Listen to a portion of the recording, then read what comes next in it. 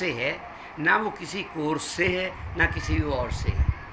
आप जितने चाहे साधन जुड़ा लीजिए, उससे कभी भी ये लड़के को शिक्षा नहीं आती। शिक्षा आती है शिक्षक से। और शिक्षक क्या है कि जैसे राधा कृष्णन जी कहते थे कि अपने देश में जो सबसे ज़्यादा पढ़े लिखे और सबसे ज़्यादा ज्ञानी पुरुष हों, उनको शिक्षक बनाया जाए। लेकिन अपने एक दुख की बात ये है कि जो देश का क्रीम नहीं बल्कि क्रीम में जो छट जाती है छाछ, वो शिक्षक बन रहा है। जो जितने अच्छे लोग हैं, आपने इस तरीक़ा से सिस्टम बना रखा है कि वो आईएएस में जाएंगे, आईएएस में जाएंगे, इंजीनियर बनेंगे, डॉक्टर बनेंगे, साइंटिस्ट बनेंगे, बिजनेसमैन बनेंगे, लेकिन कोई शिक्षक नहीं बनना चाहता, क्योंकि शिक्षक की आर्थिक स्थिति भी खराब रहती है और उसकी जो एक, जिसे आप कहते हैं कि रिस्पेक्ट, कहते ज़रूर हैं पर है नहीं है, वो अपने छोटे छोटे कामों के लिए बहुत परेशान रहता है।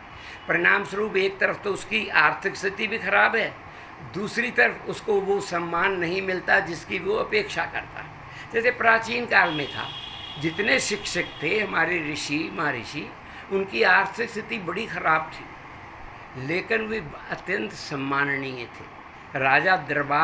राजा जनक के दरबार में भी अगर याज्ञवल्क्य ऋषि पहुंच गए तो राजा जनक खड़े हो जाते थे और उनको जो सबसे पहले उनको आसन पे बिठाते थे। वे कड़वे से कड़वे वचन भी कह दें तो राजा जनक उसको शिरोधारी करते थे। तो एक इसीलिए क्या है कि योग्यतम व्यक्ति जब तक शिक्षक नहीं बनेंगे तब तक शिक्षा में सुधार नहीं हो सकता।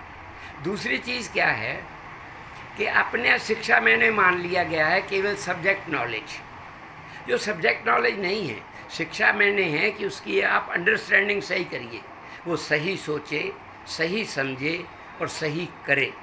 अगर वो ये तीन चीज़ें उसमें नहीं आई, इसका मतलब ये है कि वो साक्षर भले हो गया हो लेकिन वो शिक्षित नहीं है।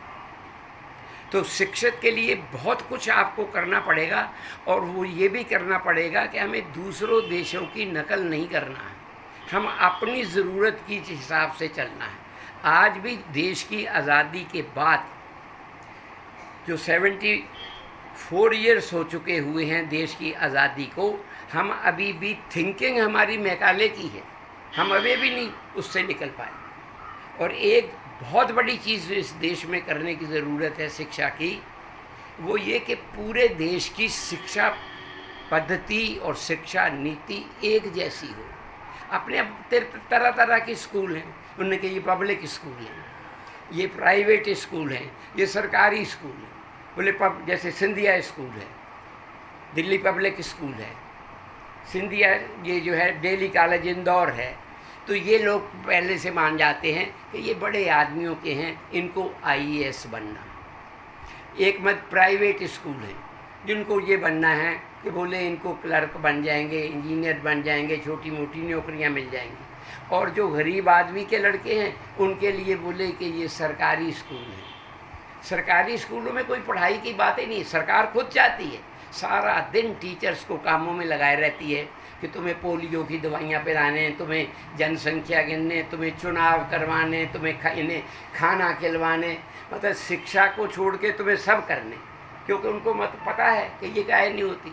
मुझे लगता है कभी कभी ये जो है आरक्षण की भी समस्या इसलिए पैदा होती है क्योंकि हमारे यहाँ शिक्षा कई प्रकार की है। गरीबों के लिए शिक्षा और है, धनियों के लिए और है। अगर पूरे देश की शिक्षा पद्धति को, शिक्षा के स्कूलों एक जैसे कर दिया जाए तो आरक्षण की ज़रूरत ही नहीं पड़ेगी, क्योंकि गरीब का बच्चा वही शिक्षा ग्रहण करेगा जो कि एक कलेक्टर का या अरबपति का बच्चा कर लेगा। आपने ऐसा बना रखा हुआ है कि जिसके पास पैसे हैं वो बढ़िया शिक्षा ग्रहण कर सकता है, वो इंग्लैंड भी जा सकता है और उसका रवाब भी है। आप अभी भी कहते ये हार्वर्ड से MBA करके आया है, इसने जो है स्कूल ऑफ लंदन से इकोनॉमिक्स पढ़ी है। यानी आप अपने यहाँ की डिग्रियों को उतनी मान्यता नहीं दे रहे हैं जितना कि विदेशी मान्यता दे रहे हैं, जबकि होना ये चाहिए। कहते हैं विश्व गुरु बनेंगे। विश्व गुरु की तो पहली चीज़ ये है कि अमेरिका, इंग्लैंड और फ्रांस के लड़के पढ़ने के लिए यहाँ आएँ, क्योंकि उन्हें ये लगना चाहिए कि भारत में जो शिक्षा दी जा रही है वो बेटर है। तो उसके लिए जो है शिक्षा नीति और शिक्षक दोनों को करना पड़ेगा। और एक सबसे बड़ी चीज़ ये है कि शिक्षा ग्रहण केवल हम किताबों से नहीं करते, शिक्षा कोर्स से करते हैं, बहुत कुछ शिक्षक से करते हैं। अगर हमारा शिक्षक ही आचारवान नहीं है तो जो हम कहते हैं कि संस्कार युक्त शिक्षा, वो कैसे आएगी, कहाँ से संस्कार पड़ेगा? आप टीचर से वही एक्सपेक्ट उसे बनना चाहिए। हम अपनी ही कहते हैं कि जब मैं आया था शिक्षा विभाग में, मेरी उम्र 20 साल की थी। मेरा ऐसा अंदाज़ है कि मेरी नॉलेज आजकल की तुलना में उस समय बहुत कम थी, शायद हैबिट्स भी। मुझे लगा, मैं 20 साल की उम्र में जब टीचर हो गया तो मुझे लगा कि मुझको किसी भी प्रकार के, कभी भी ना तो मुझको नॉन वेज से कोई मतलब रखूँगा, ना मैं कभी भी जो है किसी प्रकार के नशे के, किसी प्रकार के व्यभिचार से, किसी भी प्रकार से जो है ये बातें, मतलब हम में जो है जिस जुए से मेरा संबंध नहीं। क्योंकि अगर जो कुछ मैं करूँगा वो मेरे स्टूडेंट्स करेंगे, उसके कपड़े उस प्रकार से होने चाहिए। तो सबसे बड़ी चीज़ ये है कि पहले आचारवान आप शिक्षक नियुक्त करें और पूरे देश में भारतीय दृष्टिकोण में एक जैसी शिक्षा पद्धति लागू करें, तो तब जो है हम विश्व के गुरु बन सकते हैं। नकलें करके या भिन्न भिन्न तरीके से आके, और उसमें सिफारिश नाम की कोई चीज़ नहीं होगी। आज क्या है, आप कहते तो ये हैं कि टीचर, हमारे टीचर्स डे है और टीचर को अभी तक पहली तनख्वाह नहीं मिली, वो ऑफिसर्स के चक्कर लगा रहा है। आप ट्रांसफ़र करवा रहे हैं और ट्रांसफ़रों के लिए मैं सुबह से शाम तक अपने राजनीतिक नेताओं के इर्द गिर्द चक्कर लगाता रहता। मैं आज तक नहीं समझा कि उनके ट्रांसफ़र जो है ये राजनीतिक नेता, एमएलए, एमपी, मिनिस्टर ये क्यों करते हैं। अगर उनके ट्रांसफ़र की ज़रूरत भी पड़ जाती है तो शिक्षा विभाग के ईमानदार ऑफिसर होने चाहिए, वो ज़रूरत के हिसाब से उनका ट्रांसफ़र करें। और ये तब संभव है क्योंकि शिक्षा विभाग के जितने ऑफिसर्स हैं वे स्वयं पैसे दे के, सिफारिशें लगवा के आकर यहाँ बनते हैं। तो इस तरीके से जो शिक्षा अभी चल रही है, कहने के लिए ये शिक्षा विक्षा है, इससे कुछ नहीं होगा।